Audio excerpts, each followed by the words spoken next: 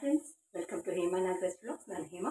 ಇವತ್ತು ಯುಗಾದಿ ಹಬ್ಬ ನೆನ್ನೆ ಮುಗಿದಿದೆ. ಇವತ್ತು ಯುಗಾದಿ ಹಬ್ಬದ ಸ್ಪೆಷಲ್. ಆ್ಯಕ್ಚುಲಿ ನಾನ್ ವೆಜ್ ಇರುತ್ತೆ ಅಲ್ವಾ.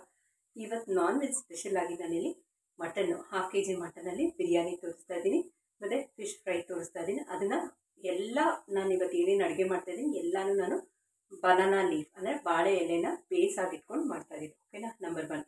ನಂಬರ್ 2, ಮಟನ್ ಫ್ರೈ ಮಾಡ್ತಾಯಿದ್ದೀನಿ. ಸೊ ಮಟನ್ ಫ್ರೈ ಯಮ್ಮಿ ಆಗಿರುತ್ತೆ, ಟೇಸ್ಟಿಯಾಗಿರುತ್ತೆ. ಸೊ ಬನ್ನಿ ಅದು ಹೇಗೆ ಮಾಡೋದು ಅಂತ ಫಟಾಫಟ್ ಅಂತ ತೋರಿಸ್ತಾ ಇದ್ದೀನಿ. ಹೊಸಬ್ರು ಯಾರಾದರೂ ಫಸ್ಟ್ ಟೈಮ್ ನನ್ನ ಚಾನಲ್ನ ವಿಸಿಟ್ ಮಾಡಿದ್ರೆ ದಯವಿಟ್ಟು ಆಲ್ ಅಂತ ಬೆಲ್ ಬಟನ್ ಒತ್ತಿ ಅಂತ ಹೇಳ್ತಾ ಬನ್ನಿ ಇವತ್ತಿನ ವೀಡಿಯೋ ಸ್ಟಾರ್ಟ್ ಮಾಡೋಣ. ಓಕೆನಾ. ಅಕಸ್ಮಾತ್ ಇವತ್ತಿನ ವೀಡಿಯೋ ನಿಮ್ಗೆ ಇಷ್ಟ ಆದರೆ ದಯವಿಟ್ಟು ಲೈಕ್ ಮಾಡಿ, ಶೇರ್ ಮಾಡಿ, ಸಬ್ಸ್ಕ್ರೈಬ್ ಮಾಡಿಕೊಡಿ. ಪಕ್ಕದಲ್ಲಿರೋ ಬೆಲ್ ಐಕನ್ಗೆ ಆಲ್ ಅಂತ ಕೊಡಿ. ಬನ್ನಿ ಬಿರಿಯಾನಿ ಮಾಡಿ. ಇಲ್ಲಿ ನಾನೊಂದು ಅರ್ಧ kg ಅಷ್ಟು ಮಟನ್ ತೊಗೊಂಡಿದ್ದೀನಿ. ಇದರಲ್ಲಿ 1/4 kg ಅಷ್ಟು ನಾನು ಗ್ರೇವಿ ಮಾಡ್ತಾಯಿದ್ದೀನಿ, ಇನ್ನೊಂದು 1/4 kg ಬಿರಿಯಾನಿ ಮಾಡ್ತಾಯಿದ್ದೀನಿ. ಯಾಕೆಂದರೆ ನಮ್ಮ ಮನೇಲಿ ಜಾಸ್ತಿ ಪೀಸ್ ಇದ್ದರೆ ತಿನ್ನಲ್ಲ. ಇಲ್ಲಿ 1/4 kg ಮಟನ್ನ ತೊಳ್ಕೊಂಡು ಅದಕ್ಕೆ ಒಂದು ಕೈ ಮುಷ್ಟಿಯಷ್ಟು ಪುದೀನ ಮತ್ತು 2 ಈರುಳ್ಳಿನ ಚೆನ್ನಾಗಿ ಫ್ರೈ ಮಾಡ್ಕೊಂಡಿದ್ದೀನಿ. ಕೆಂಪು ಫ್ರೈ ಮಾಡ್ಕೊಂಡಿದ್ದೀನಿ, ಬ್ರೌನ್ ಕಲರ್ಗೆ. ಅದನ್ನು ಹಾಕ್ಕೊಂಡಿದ್ದೀನಿ. ರುಚಿಗೆ ತಕ್ಕಷ್ಟು ಉಪ್ಪು, ಅಚ್ಕಾರದ ಪುಡಿ ಹಾಕ್ಕೊಂಡು ಚೆನ್ನಾಗಿ ಮಿಕ್ಸ್ ಮಾಡ್ತಾಯಿದ್ದೀನಿ. ಮಟನ್ಗೆ ಸ್ವಲ್ಪ ಅರಿಶಿನ ಹಾಕ್ಕೊಂಡು ಚೆನ್ನಾಗಿ ಮಿಕ್ಸ್ ಮಾಡ್ಕೊಳ್ಳೋಣ. ಇದನ್ನು ಮ್ಯಾರಿನೇಟ್ ಮಾಡಿಡ್ತಿದ್ದೀನಿ ಒಂದು ಅರ್ಧ ಗಂಟೆ ಫ್ರೀಝರಲ್ಲಿ. ಒಂದು 2 ಚಮಚದಷ್ಟು ಧನಿಯಾ ಪುಡಿ ಹಾಕಿ, ನೀವು ಮಟನ್ ಜಾಸ್ತಿ ಇದ್ದರೆ ಜಾಸ್ತಿ ಹಾಕ್ಕೊಳ್ಬೋದು ಕ್ವಾಂಟಿಟಿ. ಸ್ವಲ್ಪ ಅರಿಶಿನ ಹಾಕ್ಬಿಟ್ಟು ಇದನ್ನು ಚೆನ್ನಾಗಿ ಮ್ಯಾರಿನೇಟ್ ಮಾಡಿ ಇಡ್ತಾಯಿದ್ದೀನಿ ಫ್ರಿಜ್ಗೆ. ಇದಕ್ಕೆ ಒಂದು 2ರಿಂದ 3 ಚಮಚದಷ್ಟು ಮೊಸರು ಹಾಕ್ತಾಯಿದ್ದೀನಿ.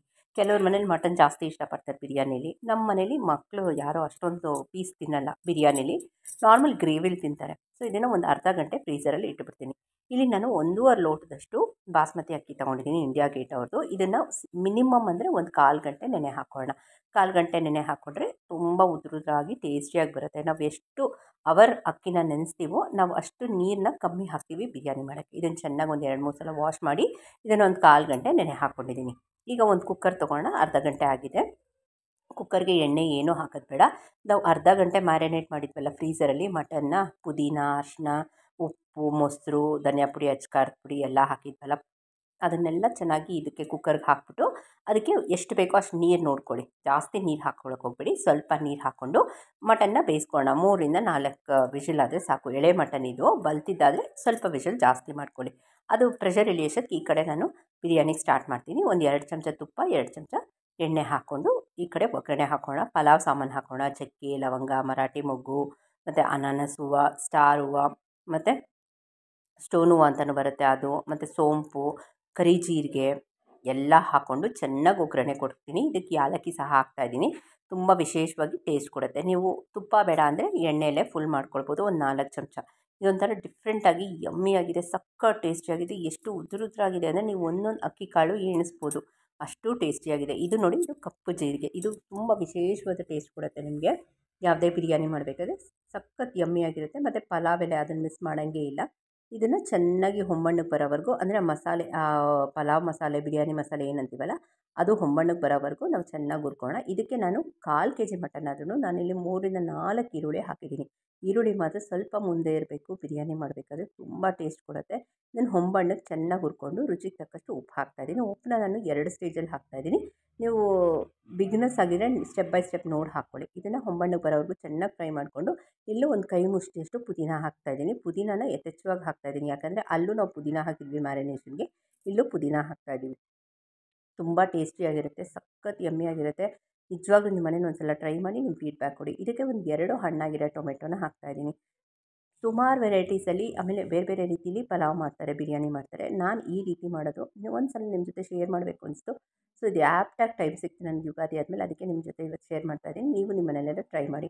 1 ಚಮಚದಷ್ಟು ಬೆಳ್ಳುಳ್ಳಿ ಶುಂಠಿ ಪೇಸ್ಟ್, ಅಂದರೆ 1 ಚಮಚ ಬೆಳ್ಳುಳ್ಳಿ, 1 ಚಮಚ ಶುಂಠಿ ಈಕ್ವಲ್ ಕ್ವಾಂಟಿಟಿಲಿ ಹಾಕ್ಕೊಂಡು ಆ ಮಟನ್ನ ಬೇಯಿಸಿದ್ನಲ್ಲ ಆ ನೀರು ಅದನ್ನು ಹಾಕ್ಕೊಂಡು ಚೆನ್ನಾಗಿ ಅದು ಇಂಬ್ರೋವರೆಗೂ ಚೆನ್ನಾಗಿ ಫ್ರೈ ಮಾಡ್ಕೊಳ್ತಾ ಇದ್ದೀನಿ.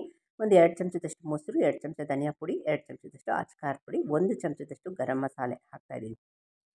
ನಾವು ಗರಂ ಮಸಾಲೆ ಮ್ಯಾರಿನೇಷನ್ಗೆ ಹಾಕಿರಲ್ಲ, ಇಲ್ಲೇ ಹಾಕ್ತಾ ಇರೋದು. ಯಾಕಂದರೆ ತುಂಬ ಘಾಟಾಗೋಗುತ್ತೆ ಪಲಾವ್ ಸಾಮಾನು ಹಾಕಿದ್ದೀವಲ್ಲ.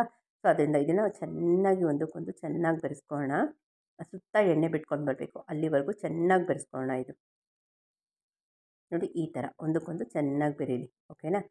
ಈ ಟೈಮಲ್ಲಿ ನಾನು ಇನ್ನೊಂದು ಸ್ವಲ್ಪ ಉಪ್ಪು ಹಾಕ್ತಾಯಿದ್ದೀನಿ, ಉಪ್ಪು ಕಮ್ಮಿ ಇದೆ ಅಂತ. ಸೊ ಇದಕ್ಕೆ ನಾನೆಲ್ಲೂ ನಿಂಬೆಹಣ್ಣು ರಸನ ಹಾಕ್ತಿಲ್ಲ, ಯಾಕಂದರೆ ನಾನು ಮೊಸರನ್ನ ಆ್ಯಡ್ ಮಾಡಿದ್ದೀನಿ. ಕೆಲವರು ಮೊಸರು ಜಾಗದಲ್ಲಿ ನಿಂಬೆಹಣ್ಣು ರಸ ಸಹ ಹಾಕ್ತಾರೆ. ನೋಡಿ ಸುತ್ತ ಎಣ್ಣೆ ಬಿಟ್ಕೊಂಡ್ಬಂದಿದೆ. ಈಗ ನಮಗೆ 10 ನಿಮಿಷ 15 ನಿಮಿಷ ಆಗಿದೆ ಅಕ್ಕಿ ತೊಳೆದಿಟ್ಬಿಟ್ಟು, ಓಕೆನಾ.